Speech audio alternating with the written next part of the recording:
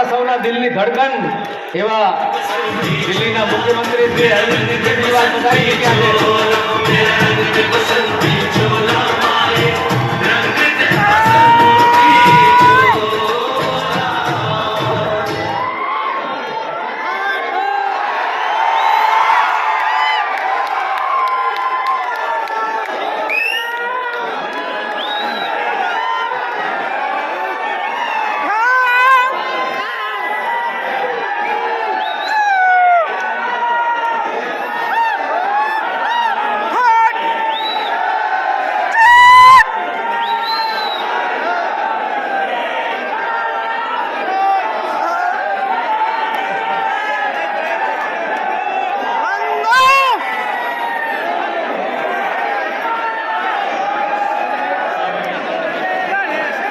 આપણે સૌ સ્થાન ગ્રહણ કરશું।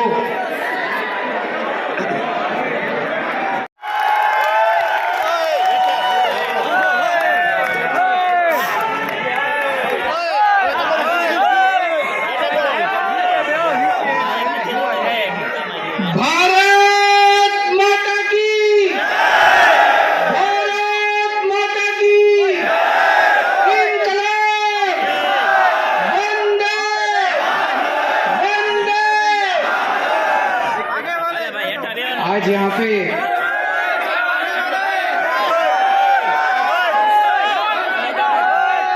आए हुए सभी भाइयों बहनों माताओं बुजुर्गों आप सबको मेरा नमस्कार, सबको मेरा प्रणाम। आज यहाँ पे सरपंच और वीसी दोनों आए हैं और मैं समझता हूँ अगर पूरे गुजरात के सरपंच और वीसी मिल जाएं तो भाजपा की एक भी सीट नहीं आएगी पूरे गुजरात। आप में बड़ी ताकत है और इस बार अपनी ताकत दिखा दो, एक बार अपनी ताकत दिखा दो। ये भाजपा वाले आपको अपना गुलाम समझते हैं। कभी इज्जत दी भाजपा वालों ने आपको? सरपंचों को कभी इज्जत दी? डराते हैं, धमकाते हैं, इंक्वायरी कर देंगे, ग्रांट बंद कर देंगे, ये कर देंगे। करते हैं कि नहीं करते हैं? वीसी को तंग करते हैं कि नहीं करते हैं? आम आदमी पार्टी आप लोगों को सम्मान करती है। मैं नहीं समझता कि 27 साल से आज गुजरात में भाजपा है। मैं नहीं समझता कि एक भी चुनाव के पहले, आज मैं दिल्ली से आया हूं, दिल्ली का मुख्यमंत्री हूं, गुजरात के सरपंचों से बात करने के लिए। आज मैं दिल्ली से आया हूं वीसी से बात करने के लिए। क्या कभी आज तक चुनाव के पहले भाजपा ने सरपंचों की मीटिंग बुलाई? ना। क्या कभी वीसी की मीटिंग बुलाई? नहीं। उनको आपके वोट नहीं चाहिए, उनको आपके वोट नहीं चाहिए, मेरे को चाहिए। मेरे को आपका वोट भी चाहिए, आपका टाइम भी चाहिए, आपका साथ भी चाहिए।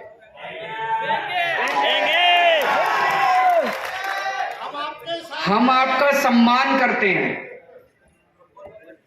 हम आज आपके साथ बातचीत करने के लिए आए हैं। आपकी जितनी समस्याएं हैं मैं भी बात करूंगा उस पे। वो आपकी समस्याएं मेरी समस्याएं हैं, उनका समाधान करना मेरा काम है। दिसंबर में चुनाव हो जाएंगे, 15 दिसंबर तक सरकार बन जाएगी। 28 फरवरी के पहले पहले आप अपनी समस्याओं का समाधान ले लेना मेरे से।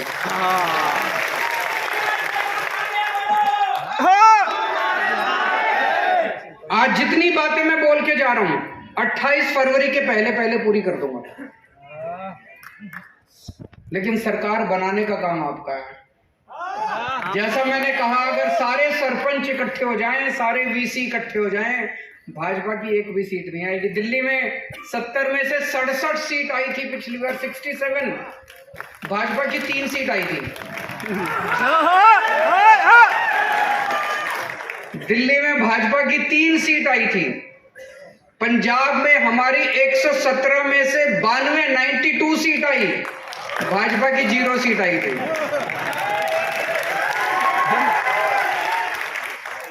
गुजरात की चाबी आप लोगों के हाथ में है। अगर आप लोग आज से निकल जाओ, सारे वीसी और सारे सरपंच अपने अपने गांव में, मैं समझता हूं कि आप पूरा चुनाव पलट सकते हो, क्रांति ला सकते हो आप लोग। आज पूरा गुजरात बदलाव मांग रहा है। दिल्ली में तीसरी बार मेरी सरकार बनी है, 3 चुनाव जीते हम लोग। पहले चुनाव में नई नई पार्टी थी हमारी, 28 सीट आई। लोगों को लगा 28 सीट भी बहुत है, नई पार्टी बनी और 1 साल में 28 सीट आ गई, सरकार बन गई। अगली बार लोगों ने 67 सीट्स दे दी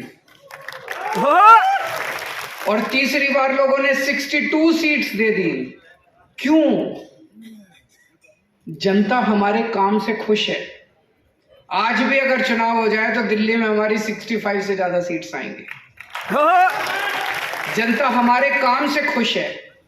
27 साल गुजरात के अंदर भाजपा का शासन है, जनता भाजपा से नाराज है।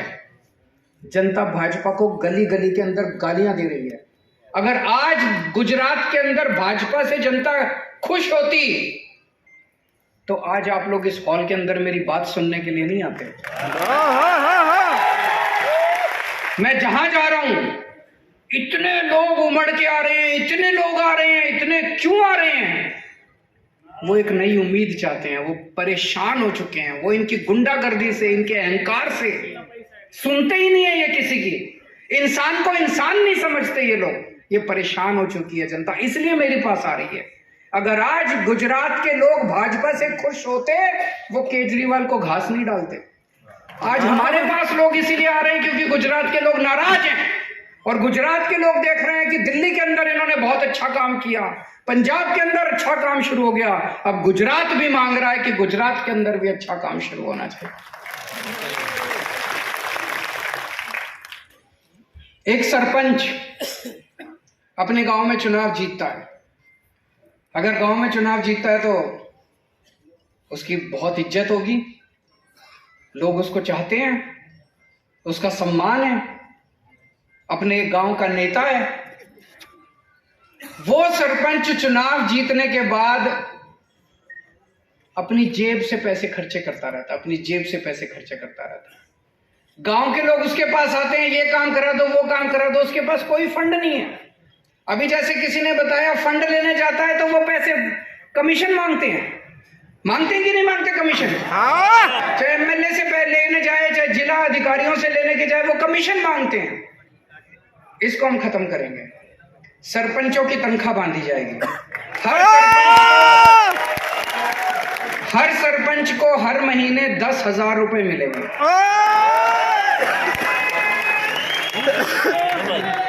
मैं समझता हूं कि यह भी कम है, लेकिन एक शुरुआत करेंगे। 10,000 रुपए महीने से शुरुआत करेंगे, बाद में धीरे धीरे इसको बढ़ाएंगे। 10,000 रुपए हर महीना हर सरपंच को मिलेंगे ताकि वो अपना खर्चा पानी कर सके। एक सरपंच को अपने गांव में किसी ने कहा पानी नहीं है, किसी ने कहा सड़क नहीं है, किसी ने कहा सफाई नहीं है, ये छोटे छोटे काम कराने के लिए तो सरपंच के पास अपना पैसा होना चाहिए, फंड होना चाहिए। कोई भी आए, ये गली बनानी है, सरपंच का ठीक है मैं बनवाता हूँ। कोई भी आए, ये काम कराना है, ये पाइपलाइन डलवानी है, सरपंच का मैं बनवाता हूँ। तो हर पंचायत को सीधे जिले के थ्रू नहीं, सीधे राज्य सरकार से सीधे हर पंचायत के पास 10 लाख रुपए का फंड दिया जाए। होना चाहिए कि नहीं होना चाहिए? अब आपको किसी एमएलए के पास जो दूसरे फंड मिल रहे हैं वो मिलेंगे, किसी एमएलए के पास हाथ फैला के जाने की जरूरत नहीं है, किसी जिला अधिकारी के पास हाथ फैला के जाने की जरूरत नहीं है। आपको अपना फंड मिलेगा, आप सीधे अपने फंड को इस्तेमाल कीजिए, जनता के साथ बैठ के उसके साथ काम कीजिए। मंजूर है? हाँ। और ये काम 28 फरवरी के पहले पहले हो जाएगा। हमारे जितने वीसी हैं, विलेज कंप्यूटर एंटरप्रेन्योर्स, अभी मैं आपके सेक्रेटरी से मिला, मैं जहां सर्किट हाउस में रुका हुआ था, वो आए हुए थे वो सब लोग। आप लोगों की मोटे मोटे तौर पे एक ही डिमांड है और बिल्कुल जायज डिमांड है कि ये जो कमीशन दी जाती है प्रति काम के हिसाब से, वो पहले ही इतनी कम है और उसमें से भी राज्य सरकार कुछ ले लेती है। ये कमीशनबाजी बंद करके पगार होनी चाहिए हर महीने, यही मांगे ना? हाँ। उन्होंने मुझे बताया कि 20,000 रुपए हर महीने पगार होनी चाहिए। मंजूर है। ये भी 28 फरवरी के पहले पहले कर देंगे।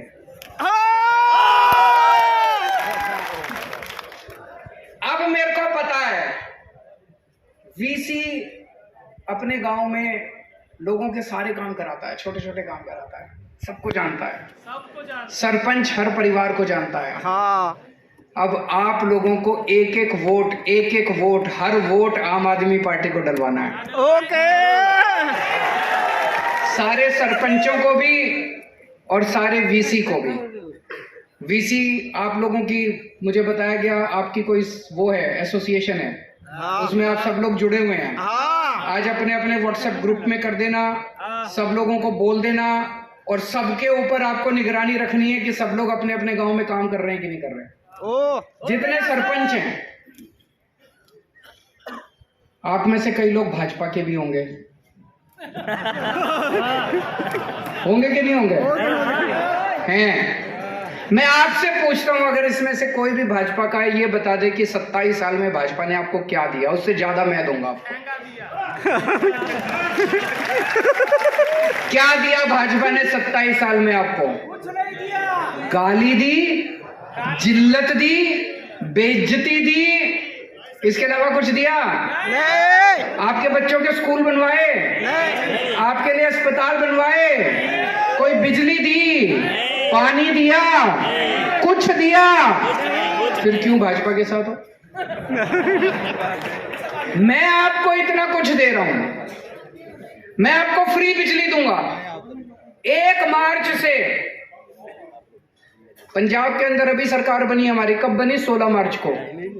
16 मार्च को सरकार बनी, 1 जुलाई से पूरे पंजाब की बिजली फ्री हो गई है। लोगों के जीरो बिजली के बिल आ रहे हैं, जीरो। कोई हंसी खेल नहीं है, जीरो बिजली के बिल आ रहे हैं। पुराने सारे बिल माफ कर दिए अभी तक जो बकाया थे, और नए बिल आने बंद हो गए। जीरो बिजली के बिल, 24 घंटे बिजली। यहां पे 15 दिसंबर को सरकार बनेगी, 1 मार्च से आपके सबके बिजली के बिल जीरो आने लगे। तो मैं आपके बिजली के बिल जीरो कर दूंगा, 24 घंटे बिजली कर दूंगा। हर गांव में 18,000 पंचायत है, हर पंचायत में स्कूल खोलेंगे। ये मेरा सपना है। मुझे लगता है हमारा भारत आगे तब तक नहीं बढ़ सकता जब तक हर बच्चे को अच्छी शिक्षा नहीं मिलेगी। हर पंचायत में स्कूल खोलेंगे, चाहे कितना भी खर्चा करना पड़े। हर पंचायत में मोहल्ला क्लिनिक खोलेंगे। मोहल्ला क्लिनिक सुना है आप लोगों ने? मैं बताता हूं, हमने दिल्ली में एक नया प्रयोग किया। हर कॉलोनी के अंदर हमने एक क्लिनिक खोल दिया। वो 3 कमरे का क्लिनिक है। एक में डॉक्टर बैठता है, एक में दवाइयां मिलती है, एक में टेस्ट होते हैं। डॉक्टर मुफ्त, टेस्ट मुफ्त, सारी दवाइयां मुफ्त। आपको कोई भी बीमारी हो, छोटी मोटी बीमारी, खांसी जुकाम बुखार, आप मोहल्ला क्लिनिक में जाओ, डॉक्टर को दिखाओ, टेस्ट कराना है, टेस्ट सब कुछ मुफ्त होता है। एयर कंडीशनड क्लिनिक है। ऐसे छोटे छोटे क्लिनिक हर गांव में खुलने चाहिए कि नहीं खुलने चाहिए? हम खोलेंगे, जैसे दिल्ली में खोले। पंजाब में अभी 75 दिन हुए सरकार बने, 100 क्लिनिक खोल दिए हम लोगों ने पंजाब में। और अब गांव गांव के अंदर खोलने जा रहे हैं। टाइम लगेगा, पंजाब में अभी भी सरकार बनी है, लेकिन मुझे लगता है 2-3 साल के अंदर पंजाब के हर गांव के अंदर मोहल्ला क्लिनिक खुल जाएगा। गुजरात के भी हर गांव के अंदर स्कूल भी खोलूंगा और आपके लिए मोहल्ला क्लिनिक भी बनाएंगे। मोहल्ला क्लिनिक में अगर कोई बीमारी का इलाज नहीं हो पाता है तो सिविल अस्पताल जाएंगे आप। सिविल अस्पताल अभी बता रहे थे बहुत बुरा हाल है, अस्पतालों का बहुत बुरा हाल है। वहां पे दिल्ली में हमने सरकारी अस्पताल शानदार कर दिए, सारी व्यवस्था वहां पे, प्राइवेट अब मैक्स, फोर्टिस, लोग अमीर लोग अब उन अस्पतालों में नहीं जाते, दिल्ली के सरकारी अस्पतालों में इलाज करने आते हैं। और सारा इलाज मुफ्त कर दिया हमने दिल्ली के अंदर, सबका। आपका 40 लाख रुपए का भी ऑपरेशन होगा तो मुफ्त होगा आपका दिल्ली सरकार, यहां भी करेंगे। हर गांव के अंदर एक मोहल्ला क्लिनिक खोलेंगे। मोहल्ला क्लिनिक, अगर आपकी बीमारी बड़ी है और मोहल्ला क्लिनिक में इलाज नहीं हो सकता तो आप सिविल अस्पताल जाइए, अस्पताल को अच्छा बनाएंगे और वहां पे आपका सारा इलाज वहां भी मुफ्त होगा, मोहल्ला क्लिनिक में भी मुफ्त होगा। बेरोजगारों को रोजगार देंगे, उसमें टाइम लगेगा, 5 साल लगेंगे बेरोजगारों को रोजगार देने के लिए। लेकिन जब तक रोजगार नहीं मिलता, हर बेरोजगार को हर महीने 3000 रुपए बेरोजगारी भत्ता मिलेगा। और इन्होंने बैठ के सारा प्लानिंग किया है, 10 लाख सरकारी नौकरियां निकालेंगे, 10 लाख हो सकती है, पूरी प्लानिंग कर रखी है। और ये जो पेपर फूटते हैं, तलाटी का पेपर फूट गया, इसका पेपर फूट गया, उसका क्यों फूटते हैं? पैसे खाते हैं ये लोग, पैसे खाते हैं कि नहीं खाते? इतने पेपर फूटे, आज तक कोई जेल नहीं गया। क्यों नहीं गया? इनके लोग हैं, सारे इनके लोग हैं। कानून लेके आएंगे, जिन जिन लोगों ने 2015 के बाद जितने पेपर फूटे हैं, सारे पेपर फोड़ने वालों को जेल भेजेंगे, 10-10 साल की। अब कोई पेपर नहीं फूटेगा। जितनी वैकेंसी हैं, 1 साल के अंदर सारी वैकेंसी भर देंगे सरकार के अंदर, जितनी वैकेंसी हैं। इतनी सारी बहनें आई हुई हैं, हर 18 साल से ऊपर की हर महिला को हर महीने 1000 रुपए उनके अकाउंट में डालेंगे। मैं बहुत सारी ऐसी बेटियों को जानता हूं जो पैसे की कमी के कारण आगे पढ़ाई नहीं कर पाती। पिताजी के पास पैसा नहीं है, पिताजी पढ़ाई बंद कर देते हैं। ऐसी बहुत सारी गृहिणी हैं जो महंगाई के कारण अपने बच्चों को ठीक से खाना नहीं दे पाती। उन सबको इससे बहुत फायदा होगा। 1000 रुपए आपके घर में अगर 3 महिलाएं हैं तो तीनों को 1000 अलग अलग मिलेगा, 3000 रुपए महीना मिलेगा। अब मैं पूछना चाहता हूं, मैं तो आपको इतनी सारी चीजें दूंगा, बीजेपी ने आपको आज तक क्या दिया? तो फिर छोड़ दो बीजेपी, छोड़ दिया, टाटा बाय बाय बोल दो उनको। Tata bye bye. वो आपको डराएंगे, नहीं डरेंगे, धमकाएंगे, नहीं धमकाए। लेकिन अब इस बार हिम्मत करना, इस बार सारे जने लग जाओ और हिम्मत करके सारे सरपंच और सारे वीसी मिलके अपने अपने गांव की जिम्मेदारी ले लो कि उस गांव से आप आम आदमी पार्टी को जिताओगे। हाँ, मंजूर है? नो। दूसरी बात, उस गांव में जितने बीजेपी के कार्यकर्ता हैं उनको भी समझाना पड़ेगा कि यार तेरे को क्या मिला, बीजेपी ने 27 साल में क्या दिया। उनका बस्ता लेके घूम रहा है तो बुधवार कर उनका बस्ता लेके घूमता रहता, क्या मिला उनको? बीजेपी के कार्यकर्ताओं को कुछ नहीं मिला। इनके कहते हैं हमारे पन्ना प्रभारी हैं, सारे पन्ना प्रभारी तोड़ लो इस बार उनके। उनको बोलो पैसे उनसे ले लेना, काम आम आदमी पार्टी का करना। कुछ लोगों को मैंने सुना पेमेंट देते हैं, हर महीने उनको तनख्वाह देते हैं पन्ना प्रभारी को। पैसे बोलो पैसे, मेरे पास पैसे नहीं है, मैं ईमानदार आदमी हूं, मैं पक्कड़ आदमी हूं, मेरे पास पैसे नहीं है, मेरी पार्टी के पास भी पैसे नहीं है। पैसे उनसे ले लेना, काम इस बार हमारे लिए करना। तो सारे बीजेपी के कार्यकर्ताओं को भी तोड़ना है, सारे बीजेपी के पन्ना प्रभारियों को भी तोड़ना है। हमें बीजेपी के नेता नहीं चाहिए, नेता अपनी पार्टी में रहें, उनके सारे कार्यकर्ता हमारे पास आ जाओ। सारे बीजेपी के, सारे कांग्रेस के सभी कार्यकर्ता हमारे पास आ जाओ। मैं देख रहा हूं कि कुछ चमत्कार हो रहा है इस टाइम गुजरात के अंदर।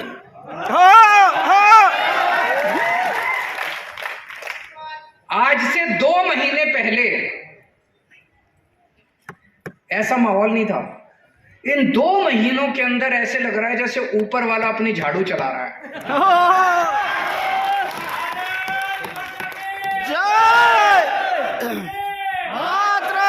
गीता में भी लिखा है ना कि जब जब अन्याय बढ़ जाता है पृथ्वी के ऊपर तो फिर ऊपर वाला अपनी झाड़ू चलाता है। तो ऊपर वाले ने झाड़ू चलानी शुरू कर दी है आप सब लोग इकट्ठे हो जाओ, सब लोग एक साथ आ जाओ, मिलके फिर से एक नया गुजरात बनाएंगे। सरदार पटेल के सपनों का गुजरात बनाएंगे, गुजरात के लोगों के सपनों का गुजरात बनाएंगे। ये लोग रोज मेरे को चिढ़ाते हैं, मेरे को गालियां देते हैं, कहते हैं फ्री की रेवड़ी बांट रहा है, फ्री की रेवड़ी बांट रहा है। मैं सोच रहा था ये मुझे गालियां क्यों देते हैं। इन्होंने इतना टैक्स लगा दिया जनता पे, इतना टैक्स लगा दिया, हर चीज पे टैक्स लगा दिया, जीएसटी हर चीज पे लगा दिया इन्होंने। रोटी पे लगा दिया, चावल पे लगा दिया, दूध पे लगा दिया, छाछ पे लगा दिया, दही पे लगा दिया, शहद पे लगा दिया। हवा बाकी है, बस थोड़े दिन में हवा पे और लगा। और ये जितना टैक्स लगाया उससे कोई स्कूल नहीं बना रहे। आपके गांव में स्कूल बना कोई अस्पताल नहीं बना रहे, कोई सड़क भी नहीं बना रहे, कोई पानी का इंतजाम नहीं कर रहे, कोई बिजली का इंतजाम नहीं कर रहे, हमारे लिए खर्च नहीं कर रहे। ये टैक्स का पैसा कहां जा रहा है? एमएलए खरीद रहे हैं, ये सरकारें गिरा रहे हैं। महाराष्ट्र में एमएलए खरीदे, मध्य प्रदेश में एमएलए खरीदे, कर्नाटक में एमएलए खरीदे, गोवा में एमएलए खरीदे, मणिपुर में एमएलए खरीदे, असम में एमएलए खरीदे, बिहार में एमएलए खरीदे, अब झारखंड में भी एमएलए खरीदने जा रहे हैं। दिल्ली भी आए थे, 10 दिन पहले आए थे दिल्ली, हमारे एमएलए को खरीद रहे थे। बोले 20-20 करोड़ रुपए ले लो, 20-20 करोड़ रुपए ले लो, केजरीवाल को छोड़ दो। 40 एमएलए खरीदने के लिए 800 करोड़ रुपए लेके आए थे, 800 करोड़। बोले केजरीवाल को छोड़ दो, केजरीवाल की सरकार गिरा देते हैं। मनीष सिसोदिया के पास गए, बोले केजरीवाल को छोड़ दो, आपको सीएम बना देंगे। मनीष ने कहा नहीं, मैं सीएम बनना मेरा मकसद नहीं है, मैं बच्चों को पढ़ा के खुश हूं, बच्चों की पढ़ाई लिखाई। एक भी एमएलए नहीं तोड़ पाए ये लोग, एक भी दिल्ली का एक भी एमएलए नहीं टूटा।